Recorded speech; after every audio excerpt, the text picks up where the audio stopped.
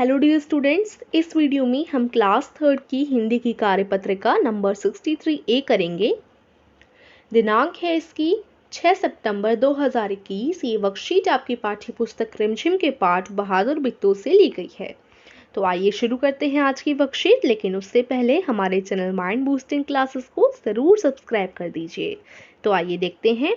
पाठ है इसका बहादुर बिट्टू। बहादुर बिट्टू एक बहुत ही इंटरेस्टिंग पाठ है जिसमें एक बहादुर बिट्टू होती है, ठीक है, और वो एक शेर का सामना करती है और किस चालाकी से करती है ये जानने के लिए आपको ये वीडियो देखनी पड़ेगी, जिसकी लिंक मैं दे दूंगी डिस्क्रिप्शन में, ठीक है। ये बहुत ही इंटरेस्टिंग चैप्टर है और जैसे आप लोग कार्टून देखते होंगे उसी तरीके से हमने इसको एनिमेशन में कन्वर्ट किया हुआ है, मतलब एनिमेशन में आपको दिखाया जाएगा।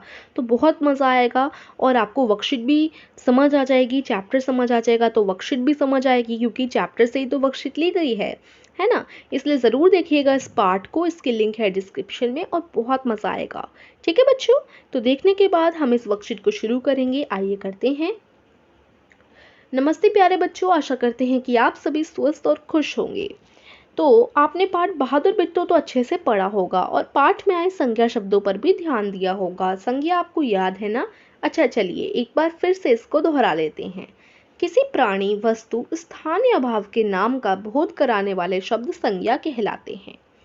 तो देखो, अगर मैं किसी भी प्राणी का नाम लूँ, वस्तु का, स्थान का या भाव का, तो वो संज्ञा कहलाएगी, ठीक है। ये इसकी डेफिनेशन है।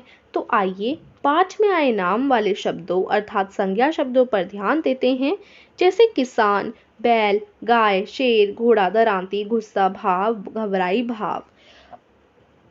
तो यहाँ पर ये सभी संज्ञा के अलग अलग रूप हैं।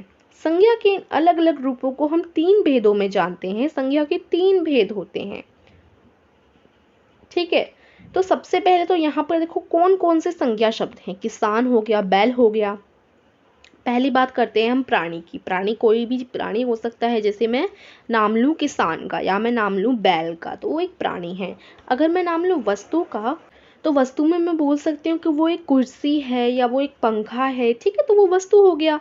अगर मैं स्थान का नाम लूँ तो स्थान में ताजमहल या हमारा घर। स्थान क्या होता है? देखो, स्थान मतलब कोई जगह, ठीक है। घर तो नहीं होगा खैर, लेकिन देखो ताजमहल बोलूँ, मैं विद्यालय बोलूँ और मैं बोलूँ कहीं पर भी, जैसे के लिए कोई भी मॉन्यूमेंट, हिस्टोरिकल मॉन्यूमेंट हो गया, तो वो एक स्थान हो गया, ठीक है। भाव, अब भाव क्या होता है? भाव यानी हमारे अंदर की कोई फीलिंग। जैसे हम गुस्से में हैं तो गुस्सा हमारा एक भाव है। अगर हम घबराए हुए हैं तो वो भी एक भाव है, ठीक है। अगर हम बुढ़ापे को भी हम भाव कहते हैं, है ना। तो ये भाव, स्थान, वस्तु, प्राणी, ये सारे क्या कहलाते हैं? संज्ञा कहलाते हैं। तो अब संज्ञा संज्ञा भी 3 प्रकार की होती हैं। एक तो होती है व्यक्तिवाचक संज्ञा, एक होती है जातिवाचक संज्ञा, एक होती है भाववाचक संज्ञा। अब इसमें भी हम अच्छी तरीके से तीनों को बारी बारी से पढ़ते हैं। तो व्यक्तिवाचक संज्ञा जिन शब्दों से किसी विशेष व्यक्ति, स्थान या वस्तु के नाम का ज्ञात हो, जैसे केला, लता मंगेशकर, दिल्ली क्रिकेट आदि। तो व्यक्तिवाचक में क्या होता है? अगर हम किसी भी पर्टिकुलर किसी भी चीज़ का नाम लें, जैसे मैं नाम लूँ किसी क्रिकेटर का, तो यहाँ पर मैं सचिन तेंदुलकर का नाम लेती हूँ, तो वो एक पर्टिकुलर है, यानी कोई विशेष व्यक्ति हैं, कोई स्थान या वस्तु, ठीक है। और जातिवाचक में ठीक उल्टा होता है। जैसे कि लिए जातिवाचक संज्ञा क्या हो जाएगी? लड़की। लड़की तो जाएगी जातिवाचक संज्ञा में। अब लड़की में क्या है? मैं नाम ले रही हूँ किसी विशेष लड़की का, मैं बोल रही हूँ वो तो गीता है, तो गीता कौन कहलाएगी? व्यक्तिवाचक संज्ञा कहलाएगी। अब ऐसा नहीं है जो फेमस लोग होंगे, महान लोग होंगे, वो व्यक्तिवाचक संज्ञा में जाएंगे। विशेष का मतलब है पर्टिकुलर किसी का नाम लेना, ठीक है। तो जैसे अब यहाँ पर मैं लड़की में गीता बोल रही हूँ, तो गीता में पर्टिकुलर नाम ले रही हूँ, इसलिए वो व्यक्तिवाचक में जाएगा। अगर मैं लड़के में किसी पर्टिकुलर का नाम लूँ, अच्छा चलो मान लेते हैं कि टीचर हैं, टीचर क्लास में हैं और क्लास में वो सारे कहती हैं, सबको कहती हैं कि सारे बच्चे शांत हो जाइए। अब यहाँ पर वो बच्चों का यूज़ कर रही हैं, तो क्या है? जिन शब्दों से किसी प्राणी, स्थान या वस्तु की पूरी जाति की जानकारी मिले, जैसे फल, गायिका, शहर, खेल, त्योहार, जानवर, संपूर्ण पशु जाति के लिए आदि, ठीक है।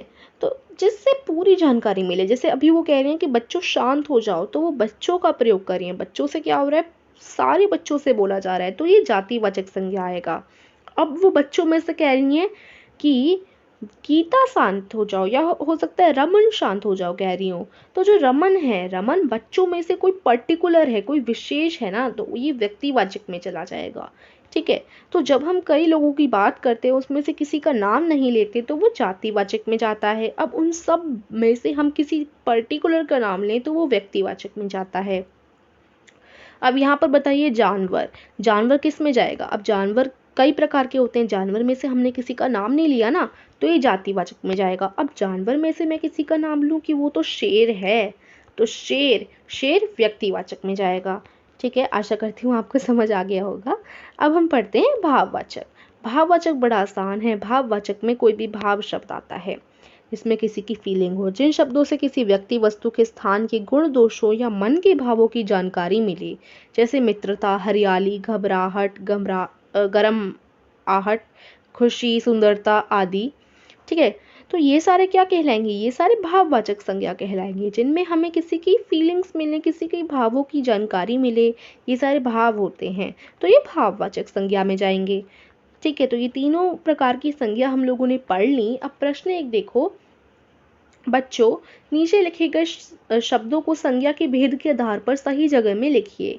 अब यहाँ पर आपको संज्ञा शब्द दी गई हैं। अब इनको आपको तीन संज्ञा होती है, व्यक्तिवाचक, जातिवाचक, भाववाचक, इनमें बांटना है। तो देखो, जो व्यक्तिवाचक संज्ञा है उसमें देखो किसका नाम आएगा? बिट्टू का नाम आएगा। बिट्टू, हमने लड़की में से किसी का नाम लिया, पर्टिकुलर पक्षी। अब पक्षी तो कई सारे होते हैं, पक्षी में हमने किसी का नाम नहीं लिया, तो पक्षी जातिवाचक संज्ञा में जाएगा। सुनीता में हमने लड़की का नाम लिया, तो ये सुनीता जो है व्यक्तिवाचक में। दोस्ती, दोस्ती क्या होती है? एक भाव होती है, तो दोस्ती यहाँ हमारी भाववाचक में आ जाएगी। सब्जी, सब्जी में से किसी का नाम नहीं लिया है ना हम लोगों ने, तो ये हो जाएगा जातिवाचक में। ठीक है। अब यहाँ पर सब्जी लिख लीजिएगा।